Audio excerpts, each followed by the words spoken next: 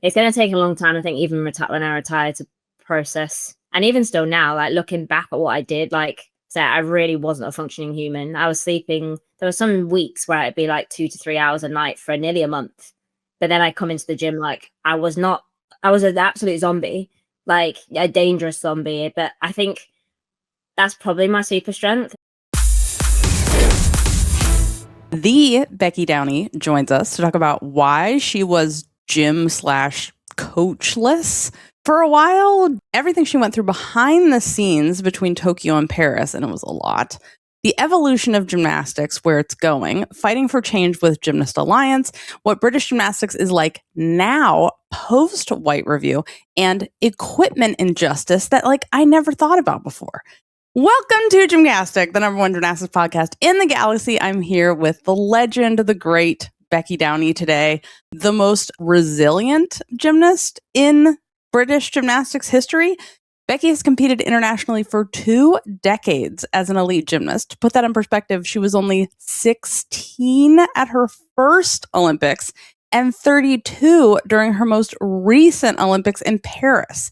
She is a 3-time Olympian, 2-time world championship medalist, earning her first individual world title, a silver on bars, in 2019 at age 27.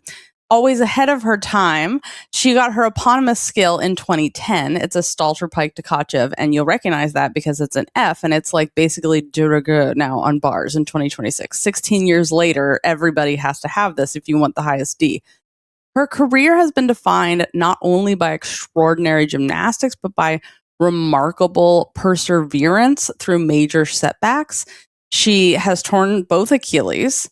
The first one took her out of her home Olympics in London 2012, and she was a favorite.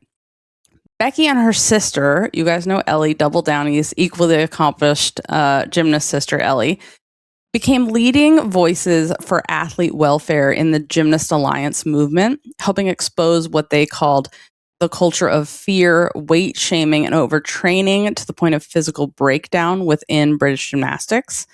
Their advocacy, along with the many courageous gymnasts who spoke up, led to the damning independent investigation of British gymnastics. The Whyte Review investigated the years from 2008 to 2020 and concluded that the physical and emotional abuse was systemic within British gymnastics because the organization's culture placed a win-at-all-costs mentality above the welfare of the athletes, allowing a toxic coaching environment to go unchecked. The Double Downie's advocacy helped drive reforms throughout British gymnastics, and both sisters earned MBEs for their service to gymnastics. Now, in a very ironic twist on justice worthy of a UK comedy, the British government also awarded Jane Allen, who was the chief executive of British Gymnastics during the majority of the Whyte Review years, that 2008 to 2020. She was there for 10 years of that. Allen retired just 3 months after the Whyte Review began their investigation. Yes. So an award for the athletes who spoke up, and then an award for the person that was in charge of totally fine. Leading up to the Tokyo Games, Becky was at Lilleshall. We're going to talk about Lilleshall in this interview because it's what the British National Training Center is called. She was there for the Tokyo Olympic trials when she got a call that her brother had suddenly died of a heart attack from an undiagnosed genetic heart condition. He was a PE teacher. He was 24. And of course, they didn't know that he had this condition. After she got the call, she elected to go home and be with her family. But she still wanted to try for Tokyo. So British Gymnastics held a special do-over trial for her just days after her brother's sudden death. She was not selected for the team and described the experience to the Times of London as, quote, the hardest thing I've ever had to do. Most recently, after making the Paris Olympic Games, she qualified. This is crazy. So she qualified to the bar final with a 6.6 D score, which was the 3rd highest D score in the world at the time. Makes that bar final, comes back from all of this. Gymnast Alliance, her brother's tragic death, makes the Olympic team, makes it to a final. Huge success for her. But then after the games, she found out that she had multiple fibroids that required surgery after the games, and she's going to talk about that. Becky was our guest at our live show at Liverpool Worlds in 2022 with her British Jamaican teammate, Danusia Francis. And she's just as open here as she was at that live show. We start by talking about the year after the Paris Olympics with multiple health issues, then coming back to compete at the British Championships in 2026, where she won bars with a big ass 14.6. Here's Becky. It's been a year. You've had many, many changes. You had a super, super triumphant return that was incredible. And so I wanted to ask you if you were going to kind of summarize the things that have happened in the last year. What would you say? I mean, it's been wild. After Paris, it was a big... people are like, oh, she actually retired. I never actually announced that I retired. I said I was highly likely going to. And I think for me, because the journey from Tokyo to Paris was just so difficult, that was the main reason why I was like, I can't put myself as Becky through that again. But the changes that were made for me, it was probably maybe 3 months before the games, which was better late than never. And I mean, that's really what got me there, I would say. I'm like, if you can keep up this end of the deal, and I knew that we were getting a new staff and there was going to be big changes. And I was like, I would like to try and see that through, because I really loved my time when I was actually there and I performed pretty well. So I planned to take a year break, and I'd never had time like that out of the gym. That I knew with where my body was at, I'd have to still stay physically fit, because if I completely stopped, it would be too hard. And then down the line found out within a couple months that I had a big fibroid issue, which I didn't know what they were. Then I needed shoulder surgeries. I actually thought I came out of Paris healthy. So that was all a bit of a shock. But the decision to get both shoulders done, like there was problems in both that I guess I just managed in my career, but I didn't think they were too serious. And with the long-term goal being LA, they're like, now is the time. And I think using my experience of Olympic cycles and periodization and rest, I'm like, it makes sense to get them done. So it's definitely been a lot. And then on top of that, had some big challenges around my training venues and setups, which that was really out of the blue and was quite unpredicted. So yeah, to kind of come back and do what I just managed to do at British Champs, I mean, I'm quite in awe of myself. But a really exciting starting point, I think, for me in a cycle. I don't think I've ever started a cycle in this type of position before. So despite this chaos, it's pretty exciting. Yeah, that was, I think, a celebrated return around the world. People were so excited to see you back, so excited to see also your routine and how well you did, killing it with bars too, and your floor routine, which I'm just like, oh, I can't wait till you could like compete that at Worlds. Like, I love that routine so much. Oh, okay, wait, let's have a fibroid update. So how are these discovered in the first place? Because this is so common. I think it's very common, like PCOS with gymnasts. So many have it because it's like, oh, it gives you a superpower because your testosterone and hormones are out of control, which also is awful. But it makes you strong. How did you discover it? I think honestly, between Tokyo and Paris, I had so many other things going on. Like, I think there was just I didn't notice, I would say. I think if there wasn't so much that had happened, I probably might have realized earlier. But before Paris, I would say a couple months before, I thought I could feel a lump in my stomach, but it was a bit sporadic, like when it appeared and when it didn't appear. So I'm like, am I being dramatic? Obviously, your brain goes to complete worst case scenario. And I'm like, do I want to raise this? And then I'm like, you should raise this, because if it is a worst case scenario, like, it's not going to be news you necessarily want, but you need to know. So I brought it up to my doc. I have like weekly treatment, and just said, oh, like, I feel like I have this lump. And they had a bit of a prod and poke, doctor and physio, and they're like, it feels like tight muscle. So this was pre-Paris. And then I was like, okay, like, didn't think too much of it. Left it at that. Obviously got through the games, no problems. I don't know whether it was when I stopped, because I hadn't stopped for that long for such a significant period of time. But then it got to a point about maybe a month, 6 weeks after, I literally felt like I had an egg in my stomach. And I'm like, there's definitely something there. And again, was at physio, just kind of like on that like wind down and just kept checking in with the team. And then I was like, I need you to have a look at this. And she could immediately see it. Like, it was so prominent the time that at that point. So then she was like, I'm going to just send you for an ultrasound ASAP. So I was like, okay, like, we're going to get it checked. And then I went for the ultrasound. It was sort of fast within a week or so. And the woman straight away said it's fibroids. And I'm like, I've never heard of them. What are they? She was like, it's quite common, like, kind of brushed it off. So I was like, okay. So then when I went back to my doc, she was like, yes, they are common, but yours are enormous. And I'm like, okay. And she was like, you're presenting your uterus as if you're like 12 plus weeks pregnant. And I was like, okay, what does this mean? So then there was lots of options around. The big thing for me was preserving fertility, because eventually, if we can get there, I would like to have kids. So there was all of those conversations. There was like different types of medication that could maybe shrink them. There was removal, and there was all, a big talk around what we were going to do. And the best option we came to was get them removed. But because they were so big, at first I thought it'd be like a keyhole style surgery. But because they were too big, of course, in true Becky Downie fashion, it had to be basically like a C-section style surgery. So that was probably one of the scariest stops I've had. I think my mum was terrified.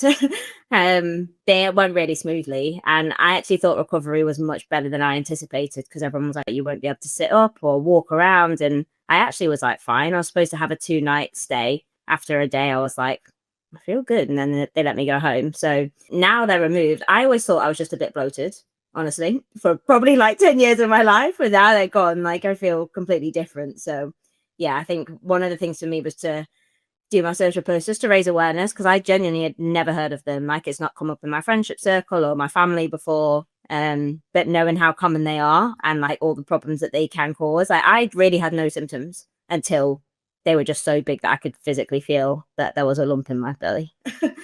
So yeah, crazy. It's so crazy. And that's wild that they had to do like that kind of surgery instead of just making the little holes and going in with the robot hands. That's how I think of it. I don't know a lot about fibroids either. Are there any prevention measures? Not really. I mean, I don't really necessarily know what caused them. Like, my doc was like, you've probably been growing these for at least 10 years for them to be the size that they were, and just unknowingly. And there are like common symptoms, like with periods could be heavier, you can get a lot more pain and things like that. But I genuinely didn't have any, or maybe I was just ignoring it because there was so much other things going on in my life. I don't know.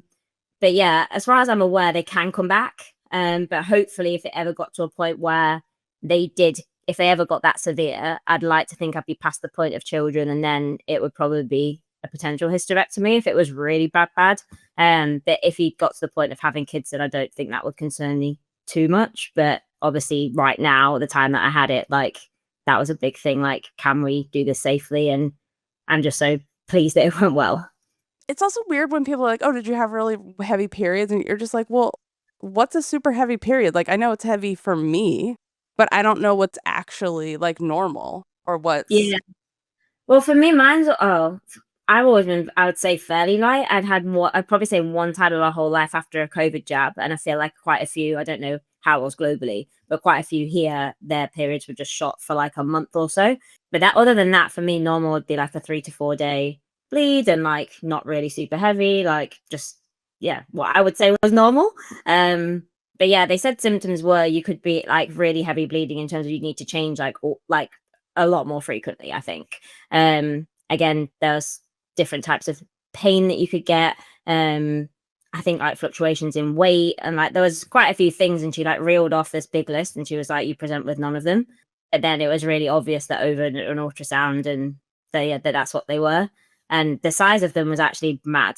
Like, where they were hiding, I don't entirely know. Because to say that I was in Paris and Lilleshall a couple months prior was crazy. Yes, where were you hiding those? They had to be like way in there. Oh my God. I'm so glad you found those, and I'm so glad you brought awareness. So that, like I said, like I feel like the more I have PCOS, and I didn't find that out till like, so far in. And then one of my doctors was like, oh, well, if the, cyst was here, do you have fibroids? And I was like, I don't know. You tell me if I have fibroids. I don't know. They just did an ultrasound and there's a bunch of big cysts in there. I don't know. Yeah, but it's crazy because I just thought, oh, that's normal. You just have this pain and whatever, and you get bloated and So I think it's so great you're talking about that because it's so unknown. Oh, almost like, they didn't do any research on women for, a million years and now they Yeah. are. So yeah.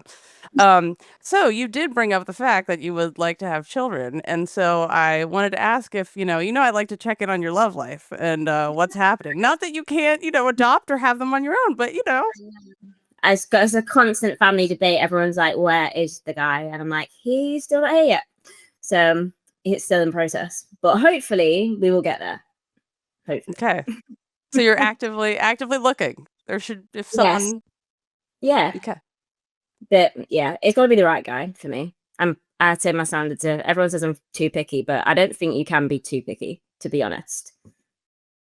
I wanted to go back to Paris for a minute because it was like you guys had so many shakeups during that time. Like your head coach effectively left right before the Olympics. And then you had like kind of new, younger head coaches. So the head coaches in Paris were the twins coaches, right? One of them. So we had Alice's coach Brett, and then the twins coaches, because until Ondine had an injury, like the twins were injured much earlier, so we kind of just assumed that Ondine was going to be a very key player in that team, and then the last minute injury changed a lot of things as well. But yeah, it was a new dynamic for us, but I actually think it was probably one of the best things that could have ever happened in terms of the coaching staff anyway. And the team just kind of like gelled in a different way. And because there were so many injuries in our squad, like I've never known anything like it. Like the whole time in my career, like every cycle, it's been like a bloodbath trying to get onto a team. Whereas it was literally last man standing to a degree by Paris for the women. And there was pros and cons to it. I think the pros were that we kind of knew the team pretty early on, or we were quite sure of the team early on. And then that just allowed us to kind of really gel and bond. And we went to Euros kind of knowing that highly likely was going to be the same set of girls, which I think worked in our favor to a degree, just to get that team bond a bit more and just kind of know each other a bit more by the time we got to the games. And I think especially for Abby, like she was really thrown in the deep end to kind of just come in and then straight into a senior Euro, straight into an Olympic team. But yeah, it seemed to work pretty well. Yeah. It was kind of amazing to watch you guys and how like well everything went considering all the things that are going on behind the scenes. Did you still feel, I remember we talked in the mix zone after about how it was being, the elder member of the team and seeing like, I think it was it Abby or was it Ruby who were like so excited about someone who was watching. Then you were like, who is that? Like she didn't know who Tom Cruise was, but she was all excited about this like YouTuber. And you're like, who's this YouTuber? Like, what are you talking about? How, looking back now, like how does it feel? Like the team dynamic? Honestly, it was just pretty, to say what a range of ages we had and experience. It was pretty seamless, honestly. Like Euros, like I say, we really were just kind of thrown together to a degree. I actually didn't do any of the prep camps in Lilleshall. That was one of the big changes they made for me to try and keep me sane and keep me ready. So that was, I don't think I would have made it, honestly, if it wasn't for those changes at that time. So it was kind of weird me not being in with them for that. But then I think it showed that I trained at home, went to Euros, and the team just gelled. Like there genuinely was no issues. Sometimes you can kind of get there and training can be up and down or team dynamic, not necessarily off, but you can kind of see the problems if there's going to be any. And it was just seamless. And everyone did their job. Everyone was happy. Everyone just, I don't know, it just worked. And I think knowing that was then likely going to be the 5, they had a bigger prep camp than pre-games, but again, I was at home and then kind of went out there and again, it just worked. And I think the older ones like me, Alice, George, like we were very experienced. Ruby had already done a world. Was it 2? No, 1 world. I think Ruby had already done. And Abby just slotted in. And I think even though she was really young, gymnastics previously, you did do stuff young, so she just took it all in her stride. And if there was ever any concern, she had plenty of people to kind of lean on to support. And I think in some ways when you are that young, you do let it go over your head a bit more. I think probably like her next Olympics she'll realize how big they actually are. And that was kind of like me in Beijing. But yeah, it was really good experience and just generally loved my whole time there. And that was kind of the pull to, can we do this again? And if I could actually be much healthier this next time around, like just as a person, then what else could I still do? Yes, totally. I'm so excited. I'm so glad that you guys had that experience. It was so fun, like watching you and seeing you there. And I'm just like, I was like, the world is healing. Yes. So you talked about not having to go to Lilleshall now. Is that something you negotiated or something that was offered? So here we're talking about Lilleshall, the British training center, where she got the phone call telling her that her brother had died suddenly. She's talking about associating that memory of getting that phone call in the middle of Olympic trials with the place, Lilleshall. So I would say from after Tokyo, I didn't really understand how badly I'd been affected. I think it took me a good year to a year and a half to figure out what was happening because I'm quite a soldier. I can push things to the back of my mind and just get on with stuff. But it was presenting in so many different ways. Like I was constantly sick, like every 4 to 6 weeks. I developed migraines. Like my body was clearly trying to tell me that something was wrong. And I think by the time we got to the summer of 2023, like it was beginning to present as like a huge problem. Like I could do when I was good, my training was excellent, but I couldn't get the work into competition. And I remember after the world trials, I flagged straight to my doctor. I'm like, this is a serious problem because my trials were a disaster. I'm like, it's not the gymnastics. I'm like, but whatever is going on with me, like if we don't fix this, there's no point in me staying. And we saw a few different psychs. I'm still not the biggest fan. I think there's just been so much that it's just too much to unpack and for people to actually understand the depth. But I have tried, and I think learning kind of what my triggers were, like Lilleshall was a big one, and even just talking about it at that time just sent me loopy, honestly. Like I wasn't sleeping, I wasn't eating, and it was really bad. I think looking back at what I did in Paris, like I don't know how I did what I did because I really was in a very dangerous state for at least a year and a half.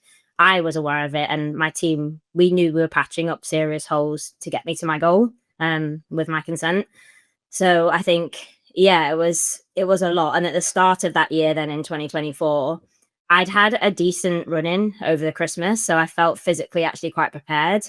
But then I had a meeting with like our performance director, head national coach at the time, and we had to bring everything up, which in some ways was helpful to bring it to the table, but it again sent me off the rails for nearly a month. And then that coincided with like when trials were. I'm like, I've barely trained. I'm just not a functioning human and just really struggled all the way through. And I remember after the British that year, I was on the phone to one of the team staff and I was in tears. I'm like, I'm done. Like I'm not going to make it. And I think it was at that point because they were like, we still kind of need you. That we kind of saw where this team was going, and the decision was then made to like, you don't have to come, and that changed everything.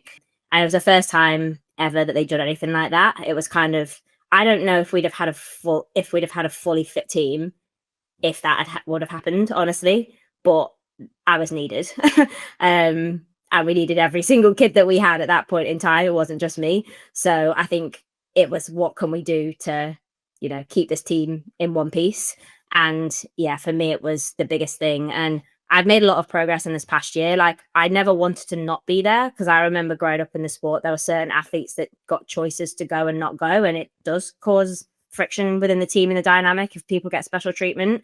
But I think what was so difficult is people didn't fully understand the scale of the situation, and I still think they don't. Like there's key people that do, but even from like the girls' side, like most of the time when I go there is a problem for some reason, but it's not because of people or scenarios. It's just history and like how it affects my brain, and it's really hard for me to grasp because I'm, like I say, I'm normally such a soldier. I can push through and just get on, whereas this stuff I actually can't.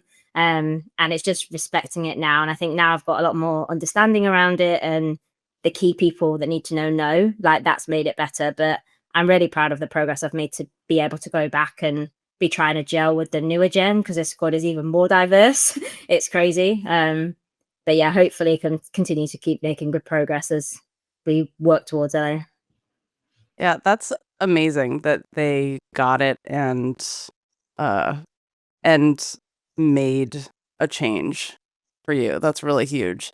I remember when, no one wanted to go to the ranch because of everything that happened at the ranch. But, Simone just used her Twitter sword and was like, I don't want to go back there with all the trauma. And they were like, oh, the ranch is closed, but not everybody has the Twitter sword of Simone Biles. So, do you know if the staff has done any, I don't know what this is called exactly. I know you can ask for a doctor. I know this because of our listeners. So I would always complain about how much I hated going to the gynecologist and then getting all of my ultrasounds for the freaking cysts. I was like, people are they're, and they were like, ask for someone who's trauma informed. And I was like, what? Trauma informed? That's a thing?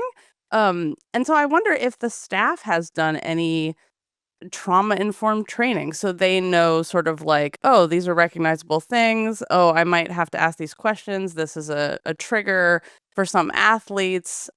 That's a very good question. So previously, I would say, I would assume, I don't know, I would assume no. But I think honestly, the biggest person for me at that time was my personal coach. Like, I would not have survived those years without her, honestly.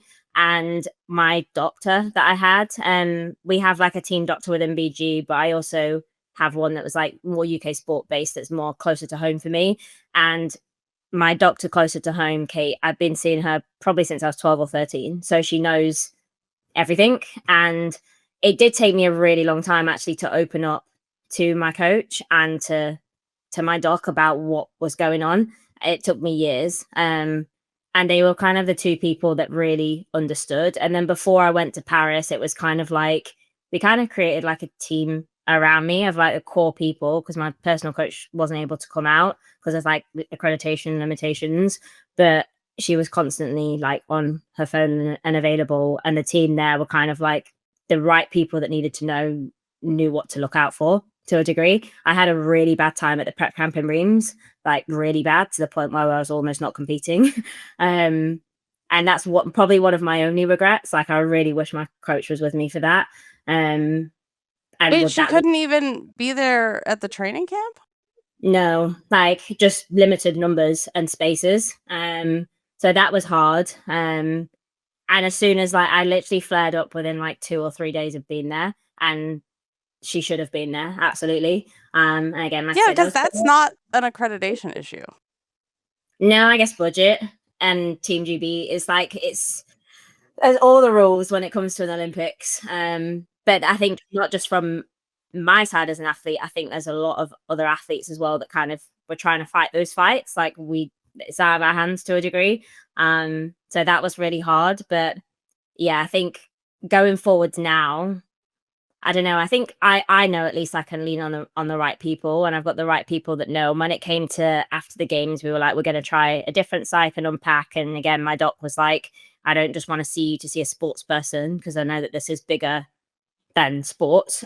Just so we send you to the right person, and if that person doesn't fit, we'll keep trying. And they've been really clear since everything as well with Whyte Review with me, that if I need the help, then that is there. It's just at my discretion as to how much I want or don't from the mental side of things. Yeah, that's so good. I think it's interesting how you've talked about sort of there's recognizing that something is a trigger and recognizing something's a problem. And then there's actually being able to articulate it and tell someone who can actually help. And those are two very different things. What do you think is so different, right? What do you think helped you get from, this is a doctor I've had since I was 12, to being able to articulate these things? Honestly, probably my coach. I think because I live on my own now, so I'd moved out of home, like, you can hide a lot of stuff to a degree with people that you just don't want to show that side. Whereas when you're in the gym all day, every day with someone, you can't. So she could see, I think she could see quite early on. I only moved to start working with her at the end of 2021, but prior we were pretty good friends, and she knew me, and she came and met me for coffee around the time of my brother and things like that. But I'd say it took at least a year for me to kind of show what was going on, if that makes sense. And then it was kind of just feeling comfortable enough to draw it out of me. And I wasn't very good at talking about it. I'd just cry. So I had to write it down. And then, yeah, kind of over then, I would say from 2023 into 2024, a good year and a half, it was like pretty heavy and full on, and like figuring out what it all was and what the problems were. And I would probably say summer of 2023, I knew every time I talked about Lilleshall, I went nuts, which was not normal behavior for me because there'd been so much that happened before the Whyte review that was not obviously not great treatment, but I could function and I could still do stuff. But I think the key thing for me was that Olympic trial that my brain couldn't ever switch off from. Like it kept me up and like constant nights. Yeah. Mhm. And for me, not even just that, I think that I could also process to a degree. It was what happened between that point and then the Worlds. I wanted to stay to kind of prove a point. But I think with where my head was, I pushed myself so far to a point that was just so abnormal. And the pressure and how I was treated still in those camps that's the point for me where I feel it took my brain to a place of no return. And I haven't been the same since.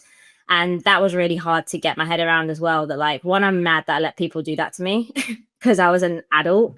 But equally, just accepting that I'm not the same anymore is really hard. And then you have grief on top of that. And the training, it was just a lot. But yeah, now I think I can recognize it. It's still hard when it comes up because it feels like it's been time and you should just be able to deal with it because that's my personality. But again, it's knowing the right people that are going to listen and understand and not just think you're being dramatic and cry all the time. Yep. I remember my husband once told me, yeah, you can't just do push-ups and make this go away. Like you have to, like, you can't just approach it like you would, oh, it's a athlete problem. I'm just going to work out through this and then I'll get better because I'll be work. You know, you have to like actually take the medicine in terms of like therapy and all the stuff. And it's like, but it's so hard to do. Push-ups are so much easier than doing all that.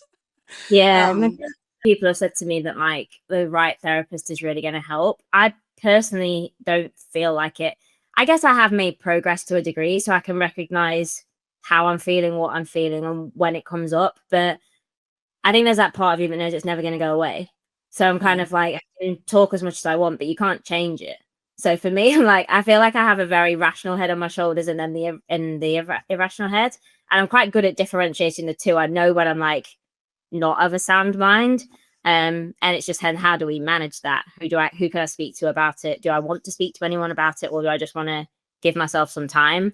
And I also knew that when I left gymnastics or stopped training and I didn't have that just constant tiredness from working out all the time, that I'd be able to process things better. But it generally took me 7 months to learn to sleep properly after Paris. Like that's such a long time. And I probably was in a sleep deficit for about 4 years, which is it was bad. We looked at sleep medication. There was so many things that like I generally wasn't a functioning human at all. So to look at what I did, I'm like, it's remarkable. And that was why I wanted to stay. Because I'm like, if I can eliminate that or some of it, like how good actually could I be? So And I think, I talked to a lot of athletes and I've talked to so many athletes who they got to the certain point that I think you were at from whatever trauma it was that they suffered. And that was it. Like their body shut them off. That shut them down. They were like, nope, you cannot do this anymore. We are taking over. We are shutting you down. You can't get out of bed. You can't do normal things anymore. And for you to get to this point of like having the right people around you, being able to talk about this to a certain level, and also being, I like that Reese always says this, Irish Reese, be undeniable.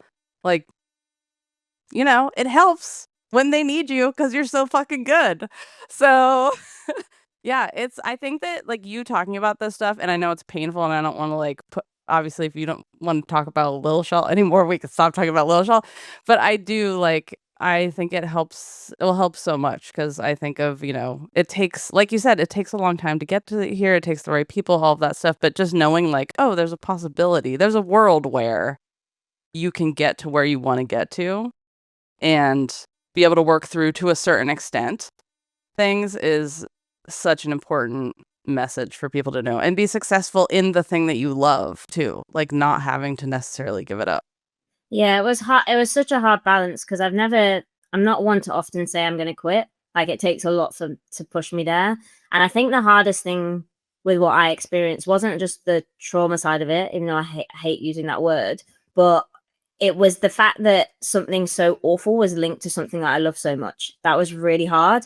And even like now, like literally just come back from squad today, like I had a couple of days that were great, and then the last 2 days I've really struggled. But we're at the point now where I haven't actually had to present a bar routine in that environment really since, because the deal was I didn't have to be there. And I kind of know if I really said I cannot do it, then that would be respected. I don't want to be away from the team. Now I feel like I'm getting a lot more comfortable just going to camp and being on the kit. So that's good. But then the issues were kind of raised around trials that are coming up and being in camp, and the memories that I have around pressure in a bar routine on like just that specific venue in that bar. I'm like, that's been really hard to manage this week. And again, you kind of think that you're getting over stuff or you're better to a degree. And then it's like, I'm absolutely not. And how do we manage this? Because we've got a couple more years of this. And I think it is nice to have a team that respect it. And I think it's me respecting myself for it as well. Like today I was like, I need to go home. There was only one more session and they're like, okay, that's fine. And on the flip side for me, I'm like, it's not that you can't do a bar routine because you just showed that you could go do one. There's a reason why you're presenting what you are with this venue and this specific bar. Like it's not a small situation, and it's just, yeah, trying to get my head around it myself can be hard at times. Yeah. And it's, yeah, you are an amazing human being. You really, really are. I hope you give yourself credit for that, because like when you say like, I can't believe what I achieved and it's amazing, like it really, really is. It's going to take a long time, I think, even when I retired, to process. And even still now, like looking back at what I did, like say I really wasn't a functioning human. I was sleeping. There were some weeks where it'd be like 2 to 3 hours a night for nearly a month.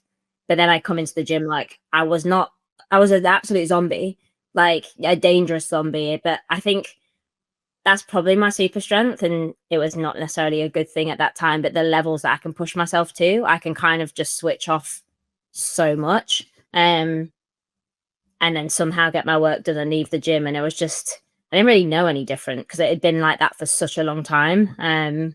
But I feel like a completely different person now, which is good. Yes. And that again, like I can recognize it and have the people that I now can speak to about it. And it's still a small handful of people. There's still times where I'm like, going into the depth of it is really hard. So having the core people that know it all, and you don't have to bring that much up. They just understand. That's a massive help. What's your training situation now? Have you had to move? I remember you bought a house, and that's so amazing and huge that you're able to do that. Especially from someone that lives in a place that's super freaking expensive. I'm always like, yes, when an athlete's able to buy a house, I'm like, yes, you made it. So were you able to stay? Did you move? Where are you training now? It's still been a bit up in the air, honestly. I'm at a new gym. I've been there since Christmas type of time. Trying to keep a very long story short and be as respectful to all parties, I basically was just left in a situation where I was gymless pretty much last April. And it was really hard. But I guess the history I have in the sport and what had happened, like finding somewhere else, and also the fact that I have a bought house, I was like, I don't really want to be renting my house out and moving. Like it's quite a big risk. The age that I'm at, what if I rented my house out, moved, and I broke my foot? Like then what happens? I'm away from my family. I can't really train, and I'm stuck somewhere I don't really want to be. So there's been a lot of conversations. It has been a really hard year. Of course, all my family are like, just get out of gymnastics because it's just like, yeah, it's just not the most normal of worlds. But at the same time, I'm really grateful to the gym clubs that have supported me like in this past year. And the club that I'm at now, it's close to home. It's about 20 minutes. We managed to get some new bars into there, which has been a real game changer because I'm like, I need to be on the same bar, ideally every day. Like swapping from bar to bar to bar multiple times a week when you're in a prep is not ideal. Like when you get to a comp, it's very different when you're at peak. But that's not how you build a bar routine. But yeah, the team at British Gymnastics, actually can't fault them at all. Really, this past year they've been great. Trying to support as much as possible, and it has been a hard situation. Like, if we'd have had better solutions, I know that they'd have been presented. There just wasn't the solutions for such a long time, and it's still a bit of a balancing act. But I think that makes it even more remarkable what I managed to do. And coming back at the start of this year, I think they really trust me with my age and my experience, to kind of have gone through not really having any stability in training, but all the surgeries, and there's still all of this other stuff that's, it's not at the forefront, which is good now, but it's still underlying. So yeah, it's been hard, but hopefully coming out of the other side of it now, which is nice. And I'm excited for the rest of the year, really, see what we can do. And LA 28, it's the venue's really nice. It's really good for gymnastics, and it's a really, really nice venue. It's not like the O2, like in terms of it being like so like vertical kind of. I don't know. I felt like an O2, if you're in the top, it's not a great view of gymnastics, but this I think will be. It's like slightly smaller.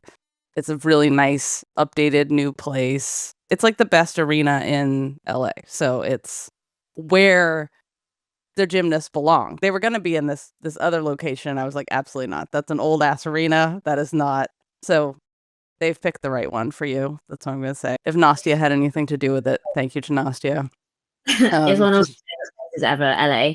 I've only been to see Noosh at UCLA twice when she was there.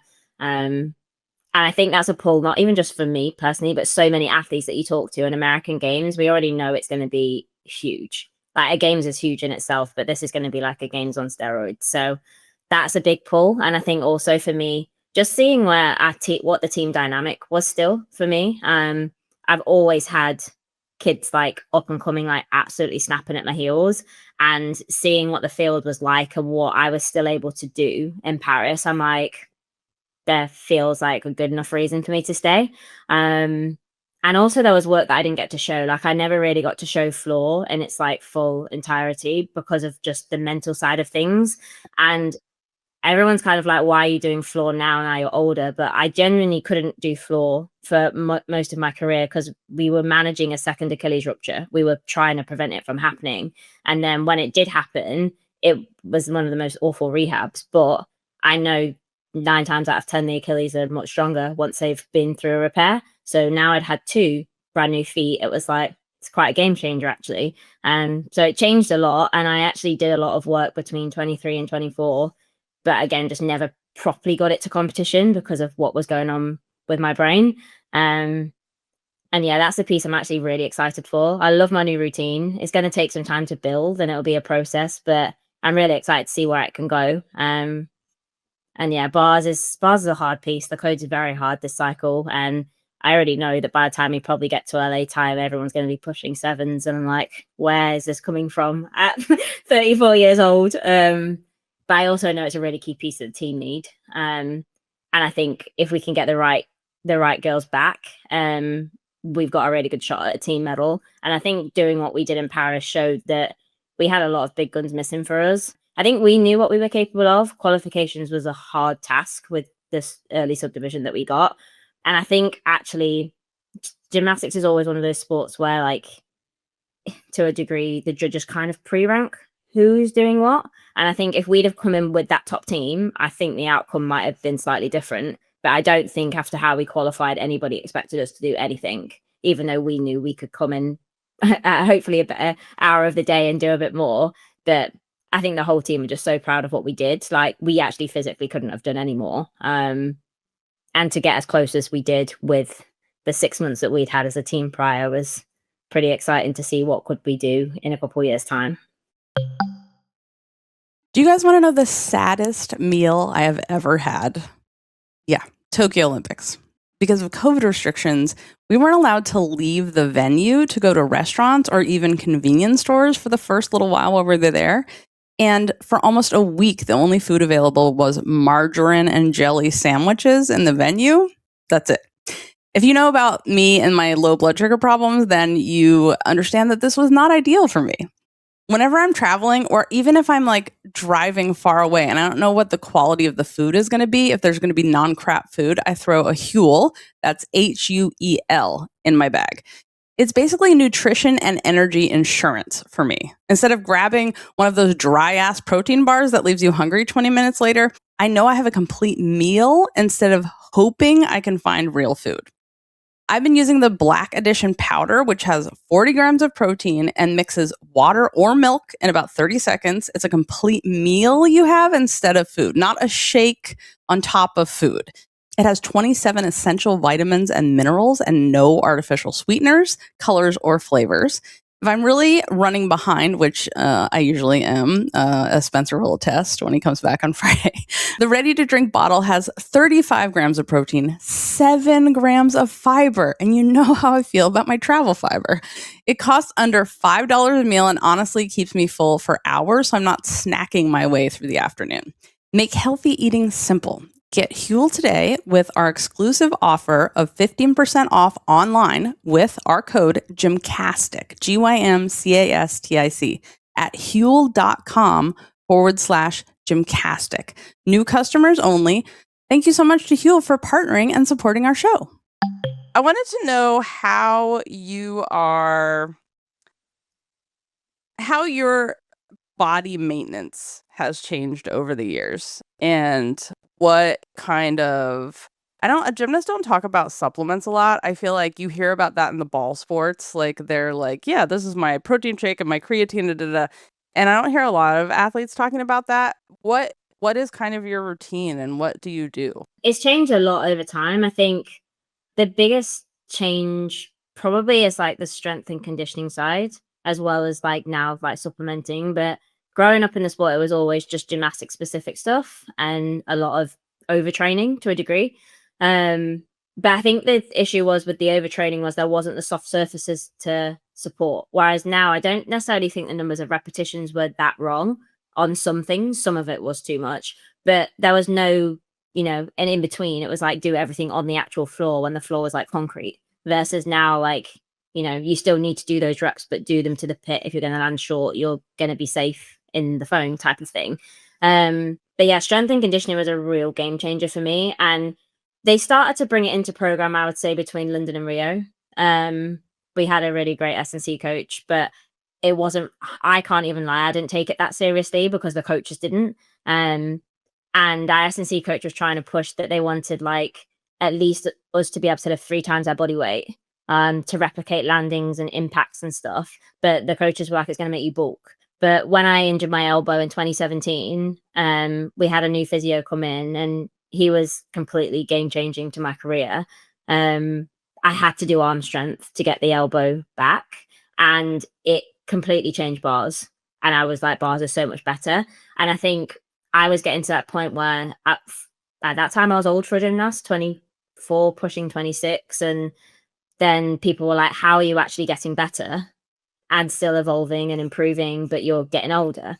And I think I was challenged on it for a long time, probably about 10 years of my career, honestly. But then now I think people are actually like, how are you doing it? And it's a lot of work, like a lot of maintenance, like to do the strength and conditioning in and around all the gymnastics, it is a lot. But if I didn't do it, then my body would break down. And then the supplements, I think I've just learned over time what does and doesn't work for my body. I started taking a glycosamine supplement around Rio time.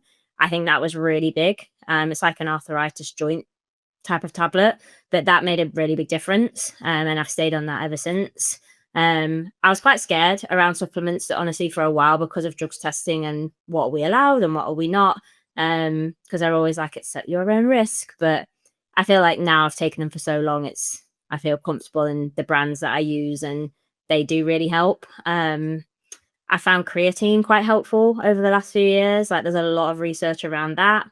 Obviously a big thing is like sport is so short bursts, but it is high energy as well. And it's how do you kind of maintain energy for all of those hours of training around everything else. And I think a lot of that is just good nutrition, the basics, sleeping, which so pre-Paris, that was rough.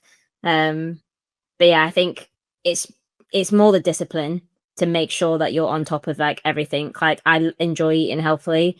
if I have days, you can have days when you have cheat days, that's fine. But if I just eat rubbish for a while, then I feel it in the gym. Unfortunately, bars is a piece where you need to be fairly light. So it's just, finding what really works for you. Grateful to have, like, from that side of BG always, we had really good support in terms of like nutrition and psych and S&C and all of that stuff. So I've been lucky to work with some really good practitioners that have just taught me a lot. And I think learning how to plan training load as well. Like, I learned what worked for me. I think working with so many different coaches over the years, there was bits that I'm like, there's some gold dust there that's really good. And then there's stuff that I'm like, it absolutely doesn't work. And I would never, incorporate that.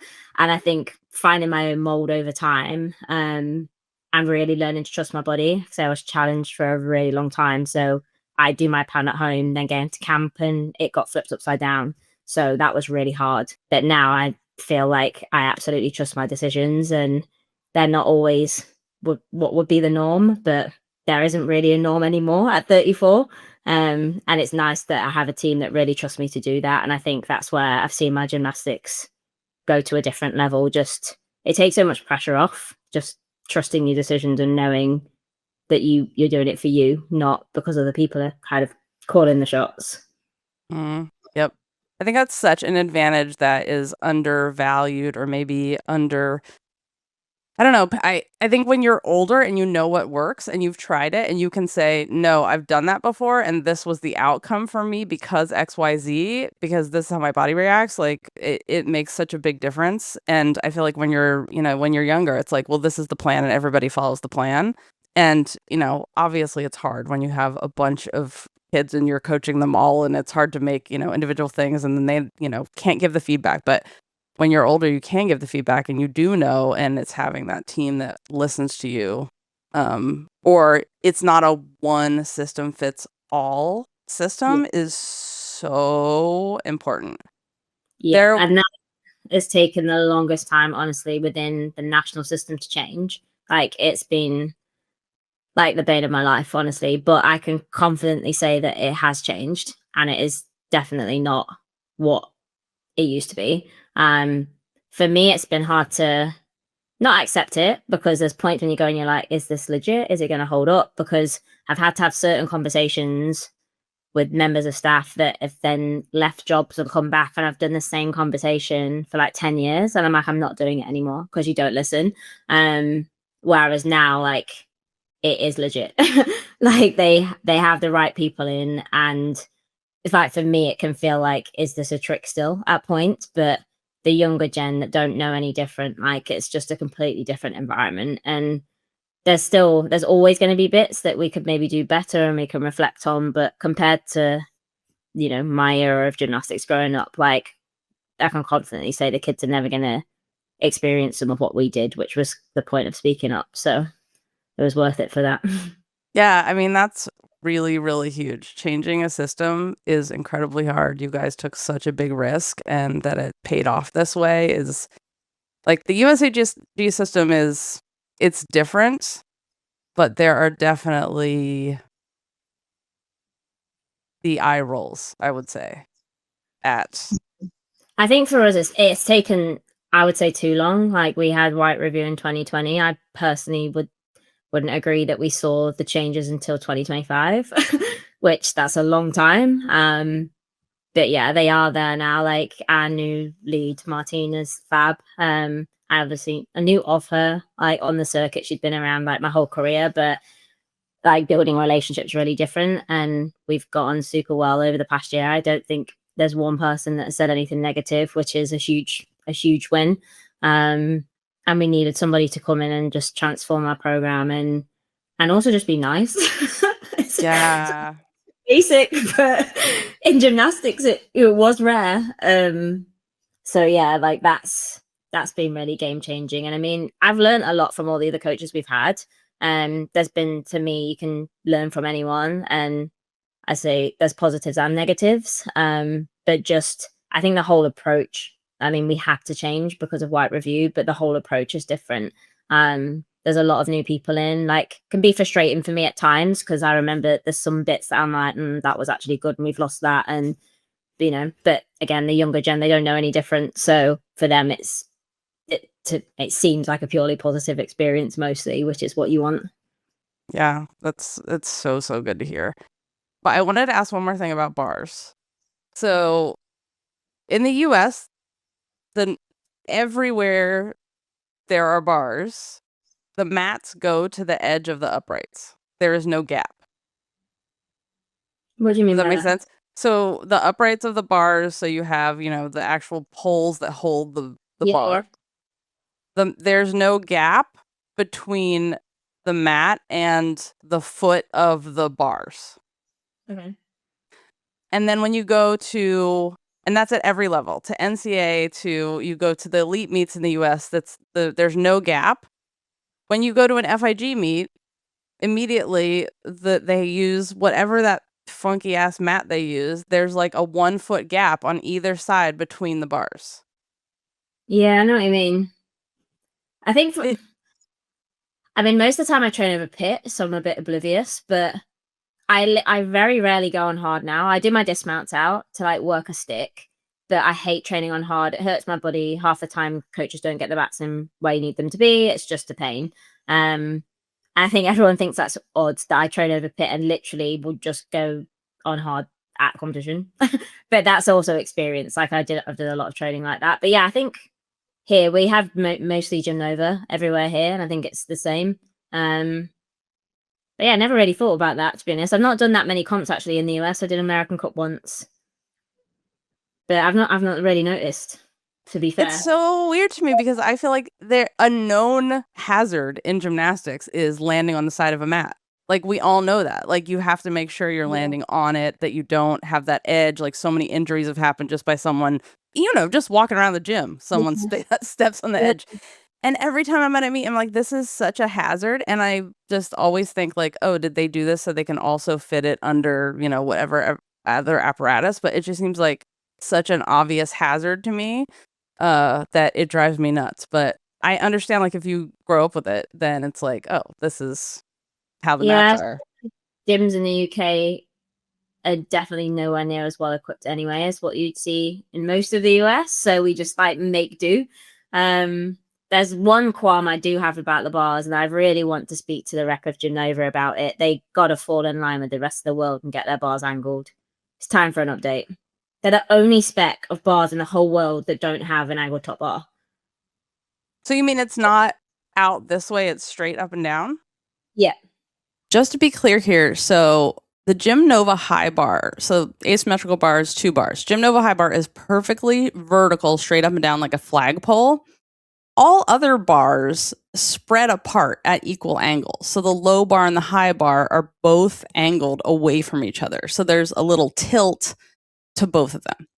Gymnova bars, only the low bar angles away from the flagpole straight high bar. So that's the adjustment that she's talking about here.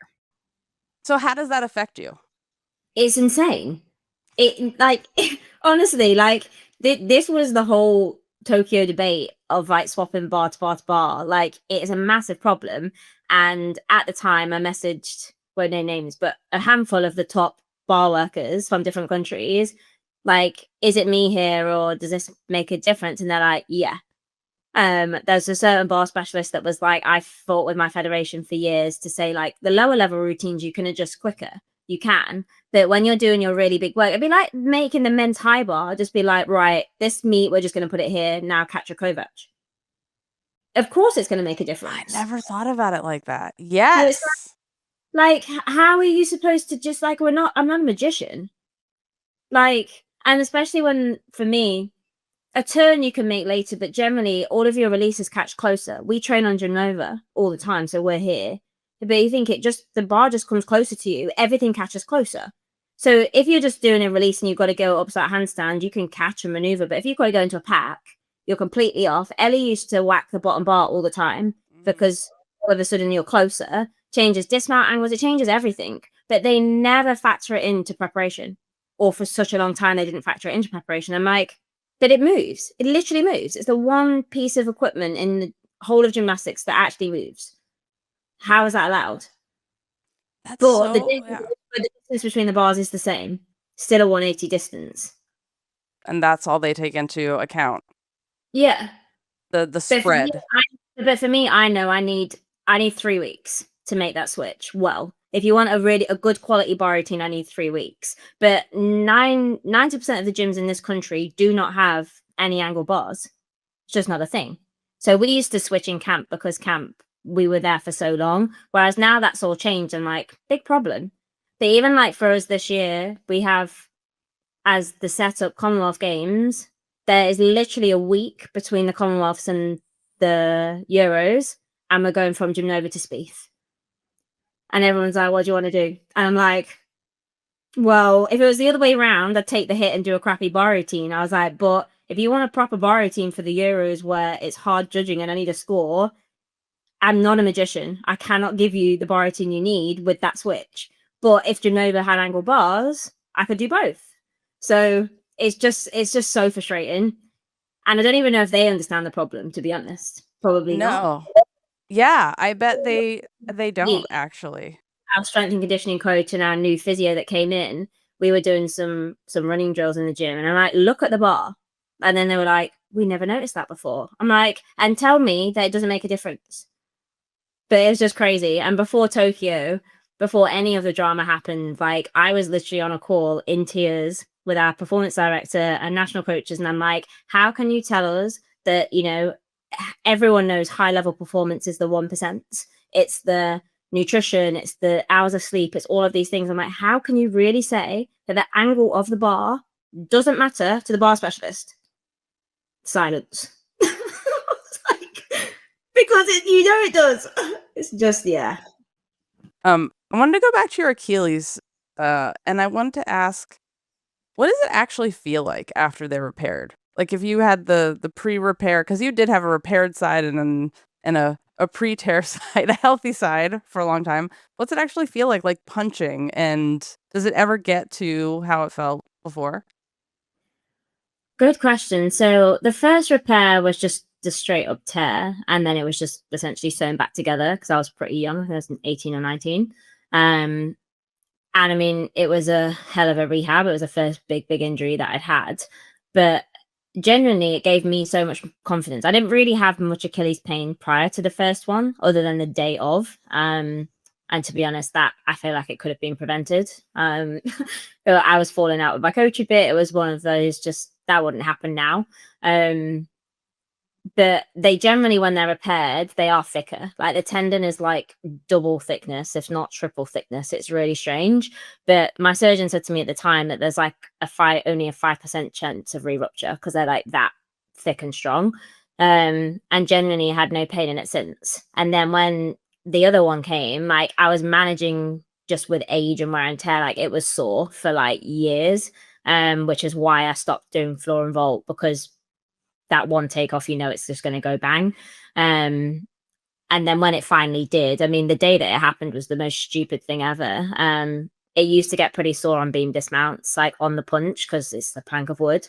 And it was post Tokyo. I was trying to prove that I was like on the way back, and I was in camp. I was actually doing a Euros trial, but it was a junior trial. I was just doing it to show routines and as a bit of a preparation before mine. And I was kind of there to show the beam dismount. That was kind of the purpose, but onto a soft surface.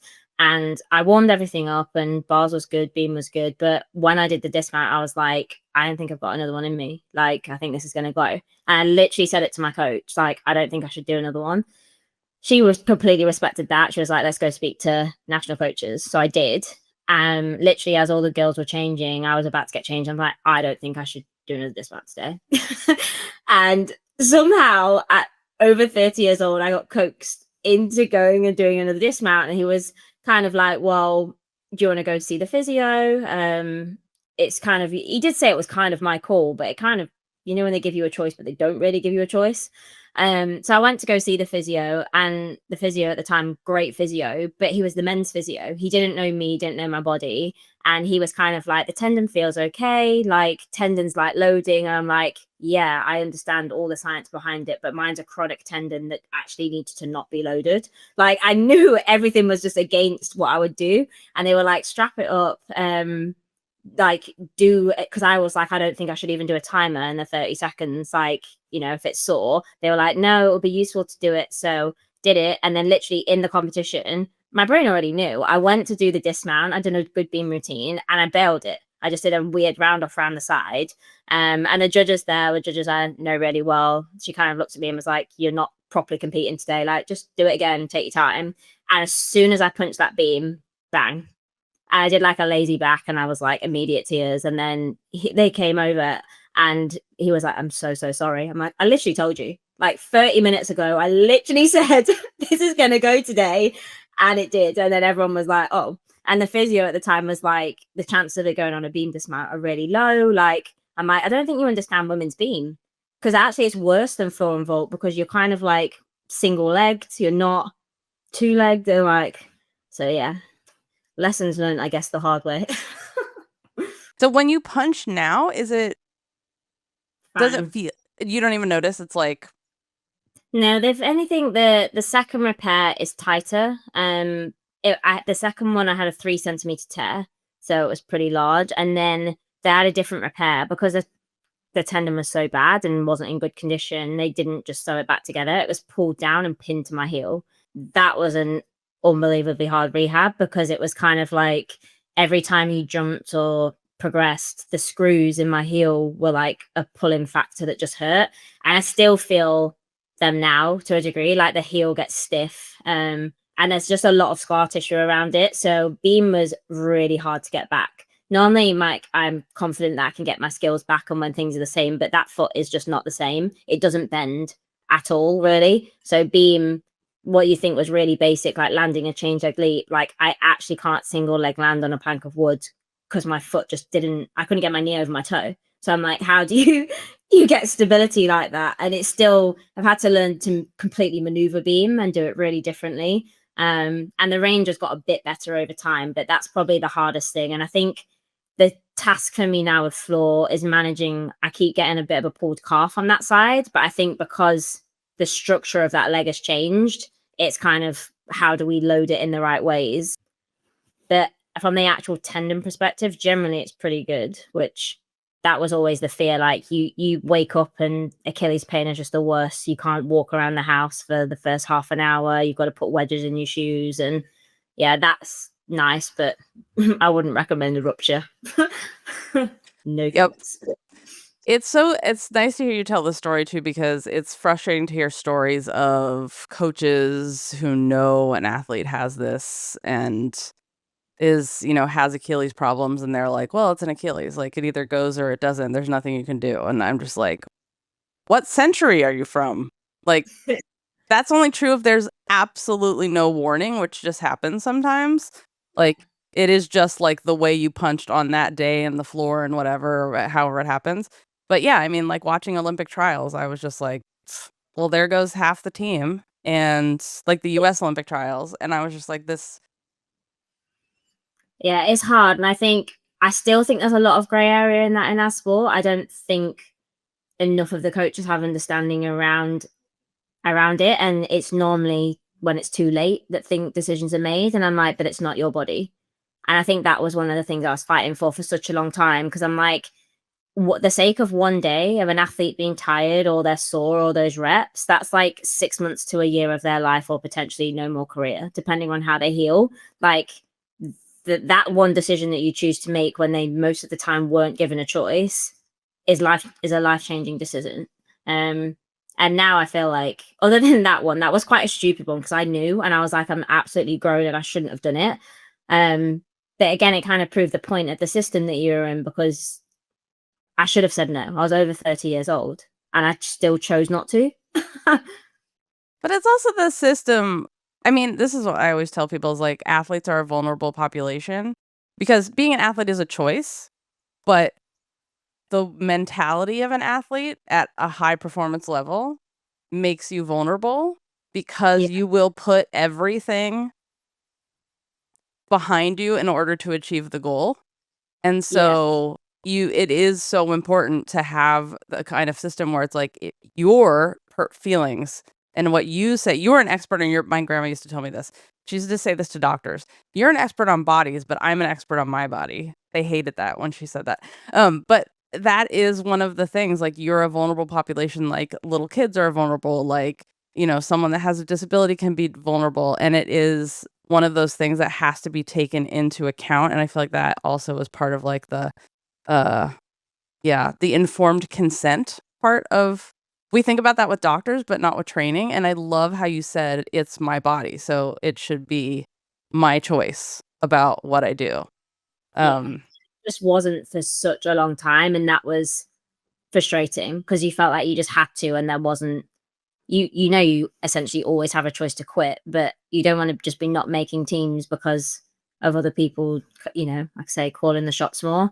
And I think for me, I was really lucky. Like, we've been through in the sport over the years so many different practitioners. Like, that's one thing that's is hard. Like, if you've got a physio that knows you inside out, like, most of the time my treatment is acupuncture, so you can't really do that too wrong, and I can see multiple people for that, which is fine. But like I say, like, the relationship I've had with my doc, we've had quite a few different team docs over my career, probably 4 or 5. Whereas Kate has been a base that's slightly out of BG. She's in some ways a bit in the setup, but not really. She's more far removed, which has been really helpful in that respect. But she's been a consistent. And she's probably been the one consistent practitioner I've had in my whole career. There's been lots of changes. And even since Paris, there's been a lot of changes in staff. Like, I've been lucky enough that I've worked with some really, really good physios, and they've taught me so much about my body, what I need to do. And I do feel a lot of the time now, like, anyone that works with me, like, I will lead it versus them telling me.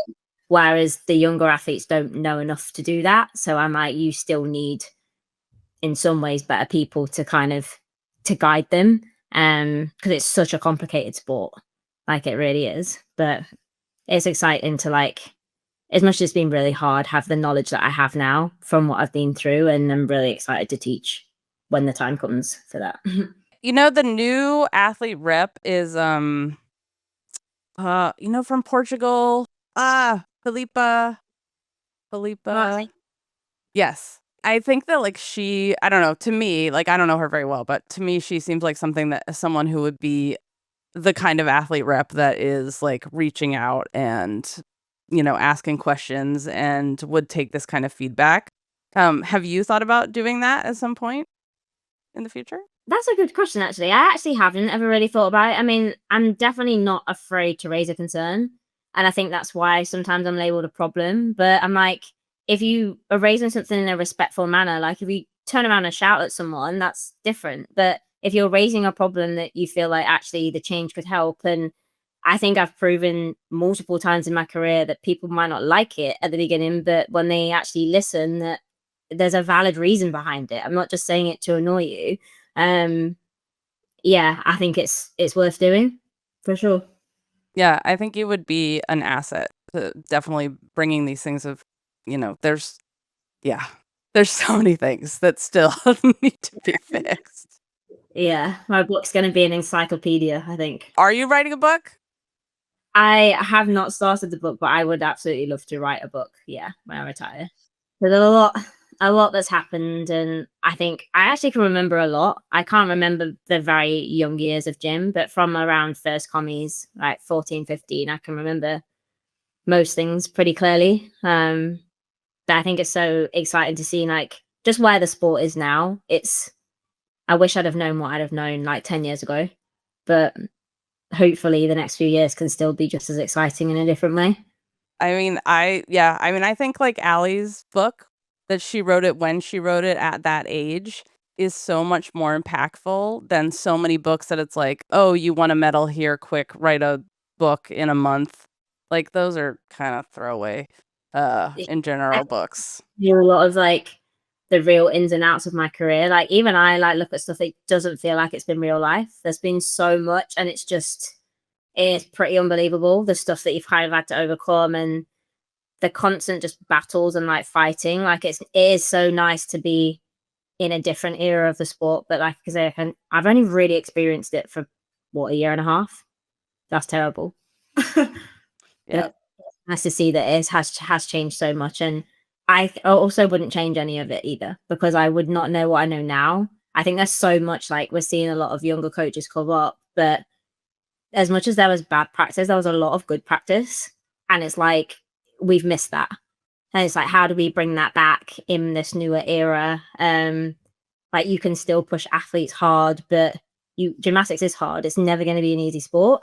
But yeah, there's a lot to take forward. It's really exciting, I think. Yeah, I'm very excited, and I think like your like institutional knowledge as one of the people that's been through it all and has spoken out and has seen change and has, there you have so much to offer, not only in like a, athlete advisor kind of role, but also in a book. It's been so fascinating. It's been the best journey. It's been the hardest thing I've ever done. I know nothing will ever compare to what the last 5 years of my life have been. I'm hoping that this year is now smoother. And I feel like it should be now. Like, there's still a bit of the training things to figure out, but I feel like I've made some really good ground with it, and the team have been supportive, and I think it's really exciting. I think that the team aspect, like team finals, are like my favorite comp. So I think, what can this team do now? Bars is still my event, but I know bars is going to be a hard piece come LA. I still feel like I'm in a good position with it, but I think the team is more priority, and also floor, I think, could be a plot twist, but we'll see. We don't know how the body's going to cope, but at the minute it's exciting, so we'll see. Yeah. I am very excited to see what happens next. Okay. Thank you so much for your time. It's always so nice to talk to you. A little update since we recorded this interview. Happily, Becky is back with her coach and does have a gym to train in now. And remember when Becky said that she chose not to compete in this summer's Commonwealth Games, opting instead to focus on the European Championships because the competitions are so close together and it would be a challenge adapting to the straight up and down bar versus the angled bars. And it just wasn't the best for her gymnastics or her body. So what's interesting about this is that the British men weren't given the option to do both competitions because it was considered too demanding on their bodies. The women, however, were left to make their own decision if they wanted to compete in both the European or Commonwealth Games. So, thank you so much to Becky for taking the time to chat with us. It's always a pleasure to talk to her. We will see you guys on Friday at noon Pacific for our live Q&A podcast, Behind the Scenes, with Spencer, who will be back from his boy sport ball vacation. That didn't sound right. Boy sports ball. Basically, he's been watching the World Cup on the beach. This is no good. Anyway, I have a lot to say about that because the cheating, it's insane what has happened. Soccer should be banned from the Olympics. Anyway, or FIFA should anyway. So until Friday, please remember to take off on gay, split on rights. Thanks for listening, and we'll see you on Friday.